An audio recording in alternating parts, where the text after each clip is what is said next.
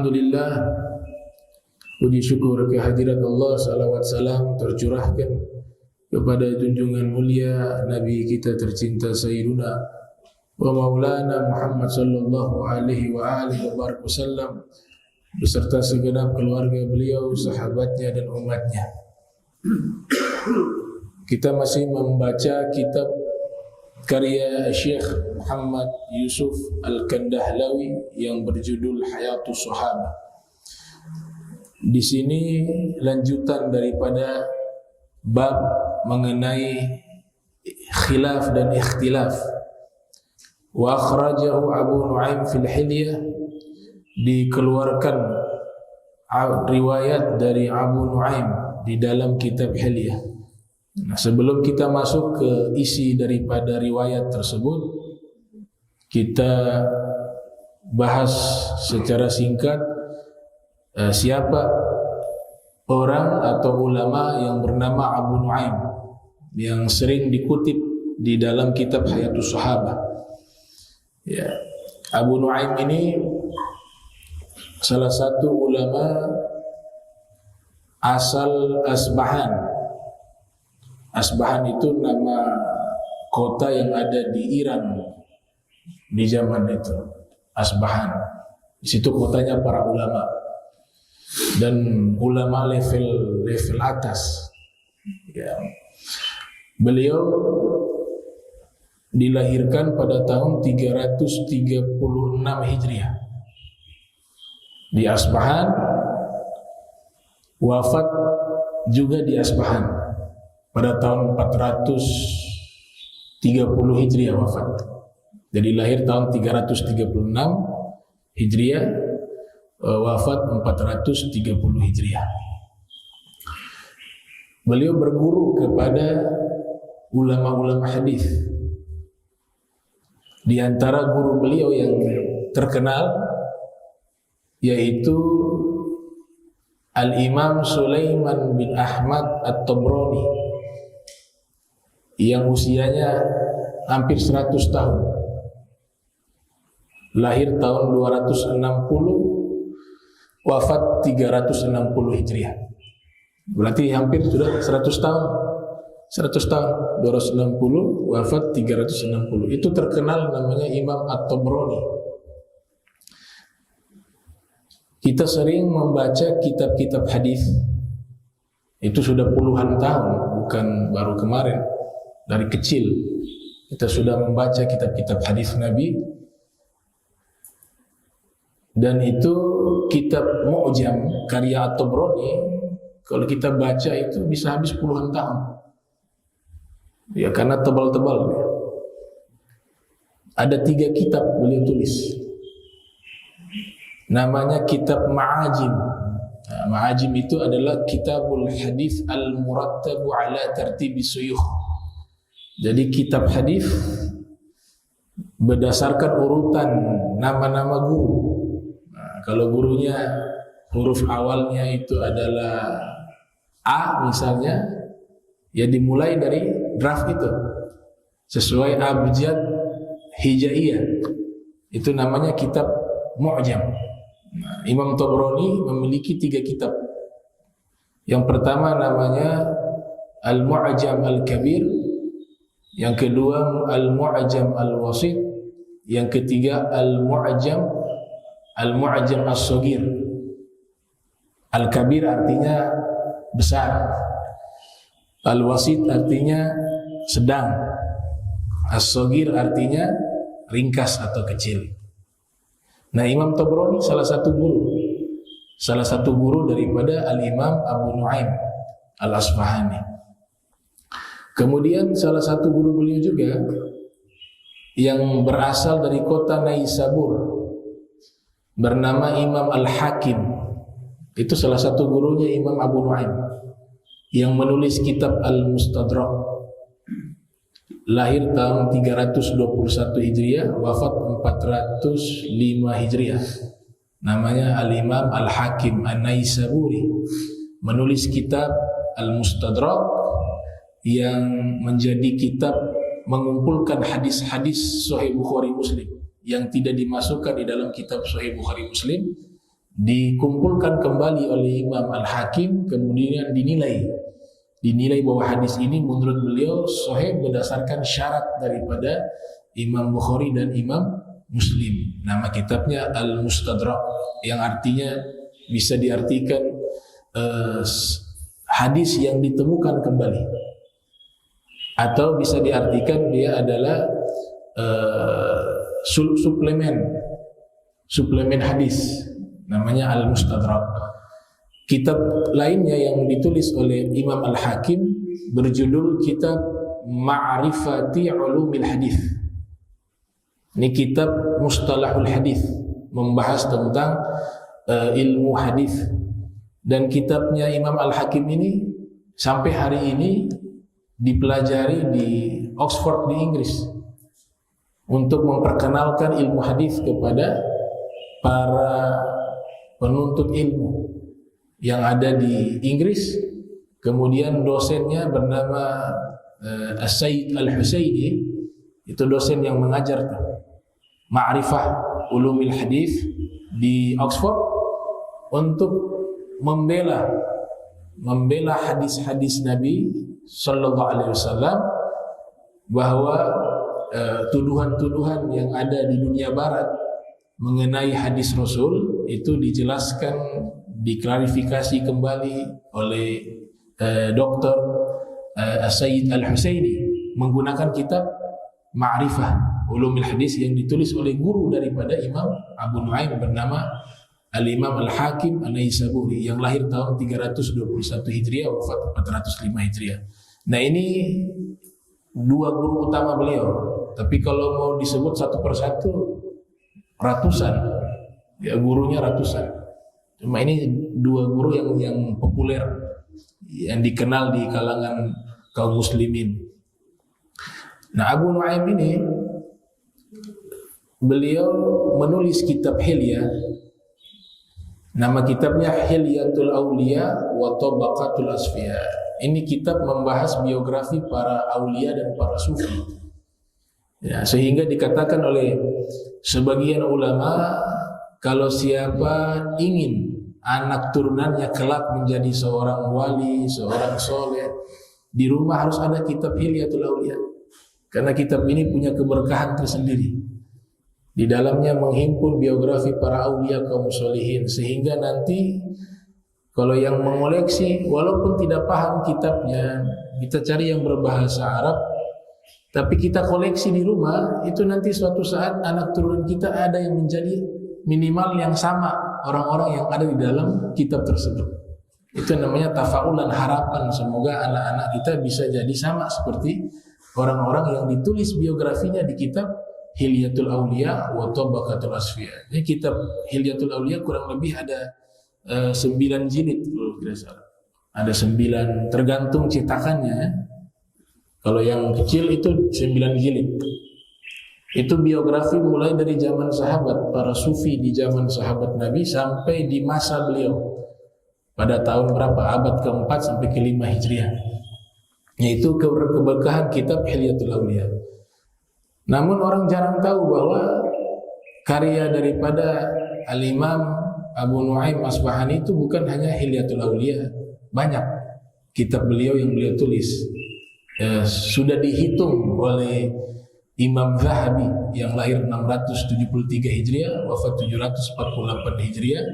Di dalam kitab Tarikh Al-Islam yang terkenal itu ada 6 buku yang ditulis oleh Abu Nu'aim. Ada 6 buku. Yang pertama yang terkenal Hilyatul Auliya wa Tabaqatul Asfiya. Ada kitab juga yang mirip dengan Hayatus Sahabah ditulis oleh Abu Nu'aim berjudul Ma'rifatus Sahabah, yaitu mengenal sahabat Nabi Muhammad SAW. Kitab lainnya yang ditulis berjudul Dalailun Nubuwah, kitab yang membahas tentang mukjizat-mukjizatnya Nabi Muhammad SAW, berjudul Dalailun Nubuwah. Kitab yang sama yang ditulis oleh Al-Imam Al-Baihaqi yang lahir tahun 384 Hijriah, wafat 458 Hijriah, berjudul Dalailun Nubuwah. Kitab yang lainnya ditulis oleh Abu Nu'aim berjudul sifatul jannah. Jadi beliau membahas bagaimana sih lingkungan keadaan surga. Dibahas secara spesifik tentang riwayat-riwayat yang menjelaskan tentang surga. Nama kitabnya Sifatul Jannah, yang artinya sifat surga. Kitab lainnya yang ditulis berjudul Al-Musnad Al-Mustakhraj ala Sahih Muslim. Kitab Mustakhraj itu di dalam ilmu hadis, mencari referensi asal hadis itu dari mana kitabnya, itu namanya kitab Mustakhraj. Itu ditakhrij kembali. Dan kitab yang lainnya berjudul yang terkenal tadi adalah Tarikh Asbahan, sejarah kota Asbahan. Ini ulama-ulama hadis punya tradisi, di mana mereka tinggal di negeri itu, mereka akan menulis sejarah negeri itu. Kalau tradisi ini masih ada sampai sekarang, luar biasa. Di mana kita tinggal di Ternate misalnya, itu kalau ada ulama hadis tinggal di Ternate misalnya zaman dulu, itu pasti dibuat tarikh Ternate, sejarah Ternate. Itu tradisi ulama hadis. Sudah ribuan tahun yang lalu mereka menulis tentang sejarah tempat tinggal mereka. Makanya beberapa ulama hadis itu ada yang menulis hingga puluhan jilid hanya membahas sejarah kota mereka. Di antaranya Imam Khatib Al-Baghdadi, dia menulis sebuah kitab berjudul Tarikh Baghdad, artinya sejarah kota Baghdad yang ada di Irak. Ada juga ulama Imam Al-Hakim menulis kitab Tarikh Naisabur, sejarah kota Naisabur. Ada juga yang tebal kitabnya puluhan jilid. Ya. Itu kita baca mungkin dari kita hidup sampai meninggal belum selesai. Ya, itu kalau di draft tuh hampir 50 jilid, 40 jilid. Tebal kitab. Kita lihat saja sudah capek, belum baca. Lihat sudah capek.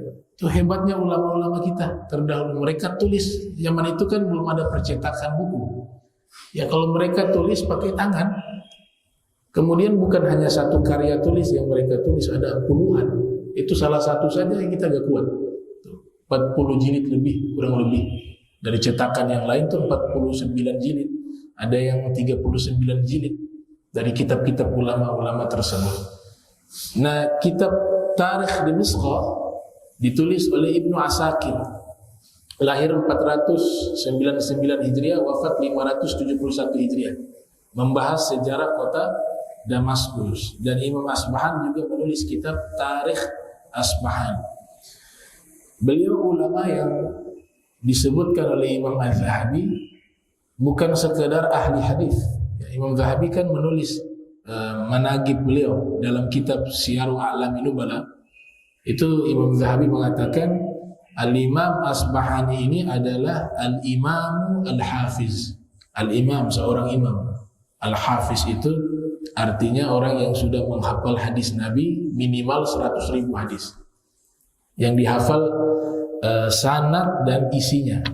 Isinya namanya matan, orang-orang yang meriwayatkan namanya sanad. Garisnya itu periwayatan namanya sanad, orang-orangnya namanya ruwat, para rawi. Itu dihafal 100.000 minimal, baru diberikan gelar Al-Hafiz. Man hafiza mi'ata alfi hadithin matnan wa isnada.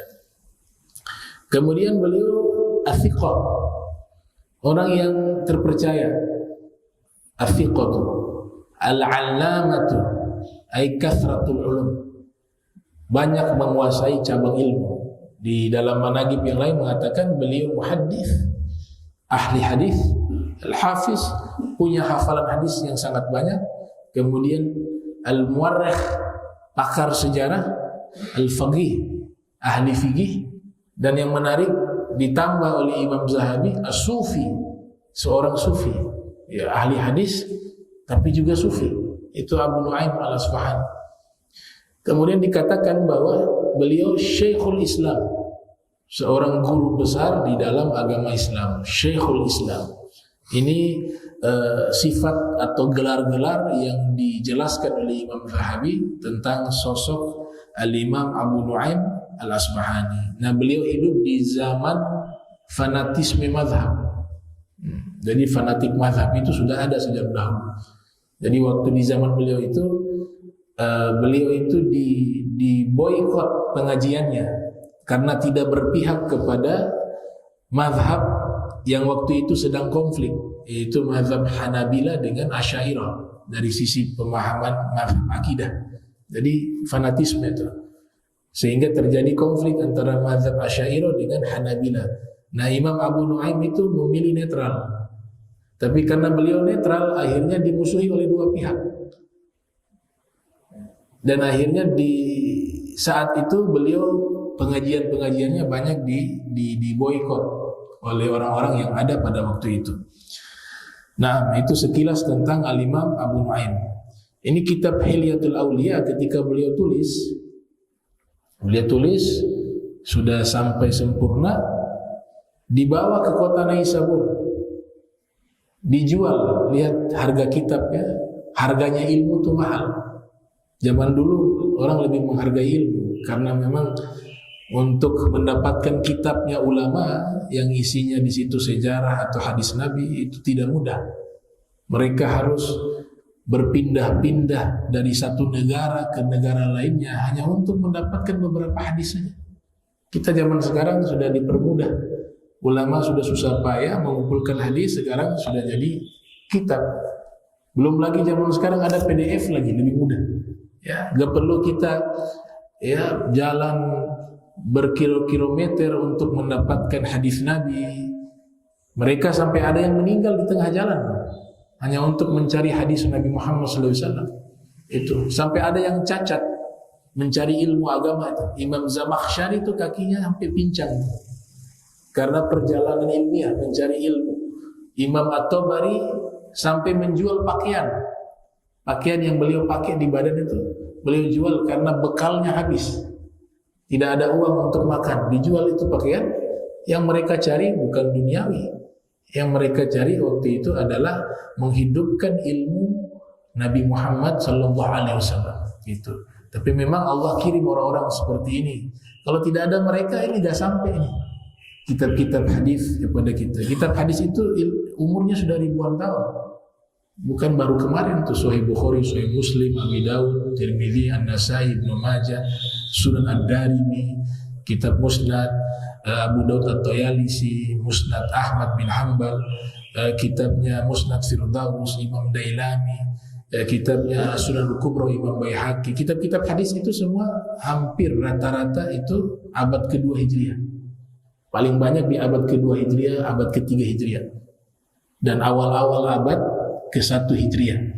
Itu mereka kumpulkan satu buku menghabiskan waktu 40 tahun. 40 tahun. Seperti kitab Al-Muwatta karya Imam Malik yang lahir tahun 93 Hijriah, wafat 179 Hijriah. Itu Imam Malik mengumpulkan hadis-hadis Nabi di dalam kitab Al-Muwatta selama 40 tahun. Demikian juga kitab Hilyatul Auliya itu ditulis dengan waktu yang cukup panjang dan menghabiskan energi, menghabiskan biaya beliau untuk bisa merangkum dan menjelaskan sejarah-sejarah para sufi. Latar belakang beliau menulis kitab Hilyatul Auliya itu karena di zaman beliau sudah muncul sufi-sufi palsu, muncul mursyid palsu. Di zaman itu saja sudah banyak yang ngaku mursyid, ngaku sufi, ngaku ahli tarekat. Di zaman itu sudah ramai itu. Apalagi zaman sekarang. Itu zaman itu sudah ramai orang yang bukan mursyid mengaku jadi mursyid. Bukan sufi mengaku sufi. Akhirnya ajaran yang baik ini menjadi rusak sebab oknum-oknum tersebut. Abu Nu'aim menulis kitab Hilyatul Auliya, latar belakangnya itu. Beliau ingin jelaskan, kalau kalian mau lihat standar sufi yang asli, kalian baca di kitabku Hilyatul Auliya. Situ semua biografi sufi-sufi asli, mursyid-mursyid yang asli. Tidak ada yang KW, semuanya original. mulai dari zaman sahabat Nabi Muhammad SAW sampai di masanya beliau. Itu kitab ketika sudah selesai ditulis, dibawa ke kota Naisabur, orang-orang membeli kitab itu 400 dinar. Kitab itu harganya 400 dinar. Kalau sekarang mungkin ya 1 miliar lebih. 1 dinar itu kan dia koin emas. Dia koin emas. Kita coba hitung 1 dinar di zaman sekarang itu kalau dirupiahkan, dikonversi ke rupiah kurang lebih hampir 3 juta atau 1 dinar. Taruhlah 3 juta. Ini 400 dinar. Berarti 3 juta kali 400 1 miliar 200 juta ya, kurang lebih 1 miliar 200 juta itu kitabnya Hilyatul Auliya. 1 M kitab, karena memang ilmu mahal, apalagi di zaman tersebut. Dan kitab tersebut harganya ada yang lebih mahal daripada kitab Hilyatul Auliya. Seperti kitabnya Ibnu Hajar Al-Asqalani itu dibuat semacam gunting pita oleh raja. Ketika kitab Fathul Bari itu sudah dituntaskan tulisannya oleh Ibnu Hajar Al-Asqalani, dibuat acara gunting pita oleh raja, dihitung berat tuh kitab berapa, ditimbang dengan emas. Zaman dulu begitu. Jadi kalau kitabnya makin tebal-tebal, dia makin berat, makin besar itu harganya, karena dihitung beratnya. Kalau beratnya 10 kilo misalnya, ya emas harganya emas 10 kilo. Itu di masa-masa Daulah Abbasiyah, sebagian kitab-kitab ulama itu dihargai seperti itu, karena memang tidak mudah. Ya, kalau zaman sekarang mudah, tapi zaman itu kan sulit sekali. Dan memang kebanyakan ilmu-ilmu para ulama terdahulu itu lebih banyak mereka hafal. Itu Imam Syatibi mengatakan kana ilmu fi suduri rijal thumma intaqal ila al-kutub wa mafatihuhu bi aidi rijal. Di dalam kitab Al-Muwafaqat, Al-Imam Syatibi mengatakan dulu ilmu itu di dalam hatinya para ulama, kemudian berpindah ke kitab-kitab. Setelah itu dikatakan bahwa ilmu itu bukan di kitab, tapi di tangannya para ulama. Yang bisa membuka ilmu itu adalah para ulama. Adapun kitab hanya media yang membantu untuk menambah daripada cara mendapatkan ilmu. Itu. Wa man kana syaikhuhu kitaba fa khata'uhu aktsaru min shawabi. Siapa orang yang gurunya hanya buku di dalam mempelajari ilmu agama, tapi tidak memiliki guru, maka salahnya lebih banyak daripada benarnya. Itu. Jadi harus punya guru, bertalaki.